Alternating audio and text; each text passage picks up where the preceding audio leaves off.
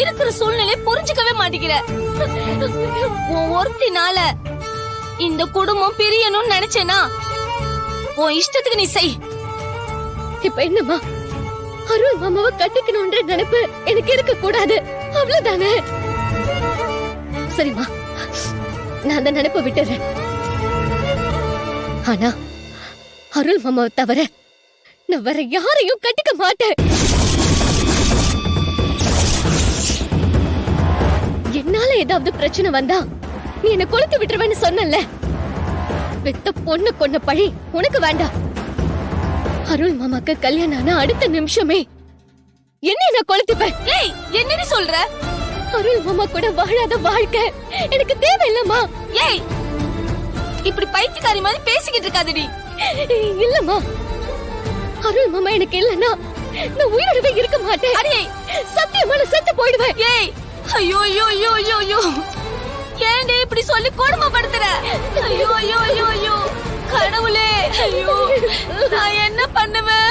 ஐயோ ஐயோ, அம்மா, கடவுளே, அம்மா, விடு என்ன, விடு. அம்மா, பதில் சொல்லிட்டு போமா.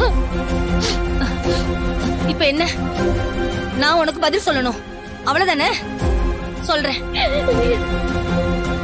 நீ எப்ப அருளுக்காக செத்துருவேன்னு சொன்னியோ, இனிமே நான் என்ன சொன்னாலும் நீ கேட்க மாட்டேன்னு எனக்கு தெரிஞ்சிருச்சு.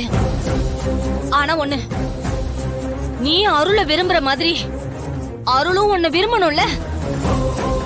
நாளைக்கு ஒரு நாள் நீ எடுத்துக்கோ. இப்ப மணி 8. நாளைக்கு இதே நேரத்துக்குள்ள நீ அருள்கிட்ட பேசி அவன் மனசுல என்ன இருக்குன்னு நீ தெரிஞ்சுக்கணும். அருள் உன்னை பிடிச்சிருக்குன்னு சொன்னா என்ன ஆனாலும் பரவாயில்லன்னு நானே என் அண்ணன் கிட்ட பேசி அருளுக்கும் உனக்கும் கல்யாணம் பண்ணி வைக்கிறேன். ஒருவேளை அருள் மனசுல நீ இல்லன்னு சொல்லிட்டா நீ இந்த மாதிரி செத்து போயிடுவேன்னு சொல்லக்கூடாது. கரிகாலனை கல்யாணம் பண்ணிக்கிறதுக்கு நீ சம்மதிக்கணும். இதுக்கு உனக்கு சம்மதமா?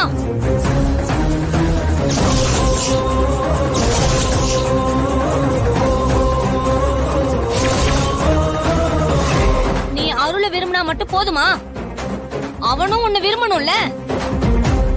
அப்பதானே உன்னை கல்யாணம் பண்ணி வச்சா அவ சந்தோஷமா இருப்பான்.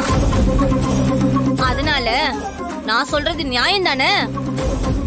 அப்புறம் எதுக்கு தயங்குற? அருள் மாமா மனசுல நான் தான் இருக்கேன்ற நம்பிக்கை எனக்கு இருக்கு.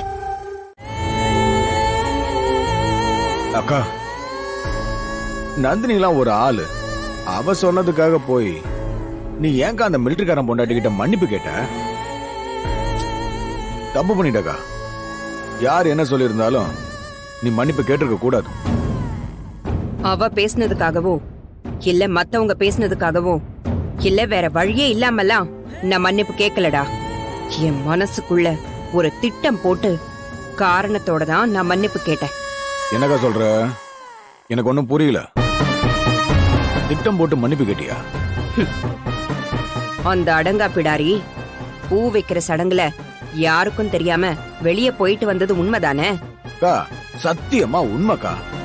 எந்த கோயில வேணாலும் சத்தியம் பண்ணுவேன். அவ வீட்டுல இல்லவே இல்லக்கா. ஆனா அவ எப்படி பாத்ரூம்ல வந்தான்னு தான் எனக்கு ஒண்ணுமே புரியலக்கா. அவ எப்படி வந்தாங்கிறது இப்ப நமக்கு முக்கியமே இல்ல. அவ எங்க போனா, யார் கூட போனா, எதுக்காக போனா, இததான் இப்ப நம்ம தெரிஞ்சுக்கணும். ஏன்னா அவ வீட்டுக்குள்ள இல்லங்கிற உண்மையை மறைச்சுதான் அவ அம்மாவை நான் திட்டுனேன்னு அவ அம்மா கிட்ட என்ன மன்னிப்பு கேட்க வச்சா. தப்பெல்லாம் என் மேலதான் இருக்குன்னு அருள்ல இருந்து எல்லாருமே என்னதான் தப்பா நினைச்சாங்க. அப்ப அந்த நேரத்துல உண்மையிலேயே அவ வீட்டுக்குள்ள இல்லங்கிற விஷயம் மட்டும் எல்லாருக்கும் தெரிஞ்சா என்ன ஆகும்?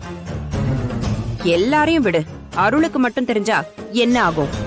வேணும்னே இத நந்தினி பண்ணதா நினைச்சு நந்தினி மேல பயங்கரமா கோவப்படுவான். அவங்களுக்குள்ள சண்டை வரும். அந்த சண்டைய ஊதி பெருசாக்கி அவளை கண்டாலே அருளுக்கு பிடிக்காத அளவுக்கு அவ மேல வெறுப்பு வர வைக்கணும். அத பண்ணிட்டா போதும். அதுக்கப்புறம் நான் நினைச்சத சாதிச்சிடலாம். நான் ஆசைப்படுற மாதிரி அருளுக்கு ஏத்த ஒரு பொண்ணா பார்த்து அவனுக்கு கல்யாணம் பண்ணி வச்சிடலாம். சரிக்கா, ஆனா அவ வீட்ல இல்லங்கறத அவ வீட்ல இல்லாதப்பவே நம்மளால நிரூபிக்க முடியாம போயிடுச்சு. இப்ப முடிஞ்சு போன விஷயத்த எப்படி திரும்பி தோண்டி நிரூபிக்கிறது? நடக்காதத நடந்ததா நிரூபிக்கிறது தான் கஷ்டம். நடந்தத நடந்துச்சுன்னு நிரூபிக்கிறது அவ்வளவு ஒண்ணும் கஷ்டம் இல்ல. அதுக்குதான் அந்த அடங்கா பிடாரி யார் கூட எங்க எதுக்கு போயிட்டு வந்தான்னு கண்டுபிடிக்கணும்னு சொல்றேன். அவ இங்க இல்லைங்கிறத இனிமே நிரூபிக்க முடியாது. ஆனா அந்த நேரத்துல எங்க இருந்தாங்கிறத நிரூபிச்சிட்டா போதும்ல. அவ இங்க இல்லைங்கிறது தெரிஞ்சிரும். அட ஆமாக்கா, எனக்கு இந்த யோசனைய வரல பாரு. அப்பா அவ அந்த நேரத்துல எங்க இருந்தான்னு உடனே கண்டுபிடிச்சிடறேன்க்கா. வாங்க உள்ள வாங்க. குருசாமி, ஐயா கேக்குற ஃபுட்டேஜ் எடுத்து காமிங்க. சரி ஐயா நீங்க உட்காருங்க. இருக்கட்டும், அவர் உட்காரட்டும். எந்த கேமரா ஃபுட்டேஜ் பார்க்கணும் ஐயா? கோயில் மணி தெரியற கேமரால உள்ளதை மட்டும் பார்க்கணும். சரிங்க.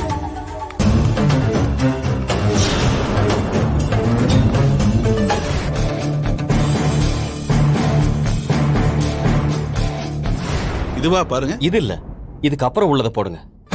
சரிங்க.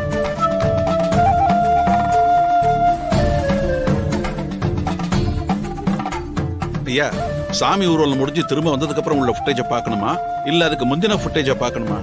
சாமி ஊர்வலம் முடிஞ்சு வந்ததுக்கு அப்புறம் உள்ள அந்த ஃபுட்டேஜ பார்க்கணும்.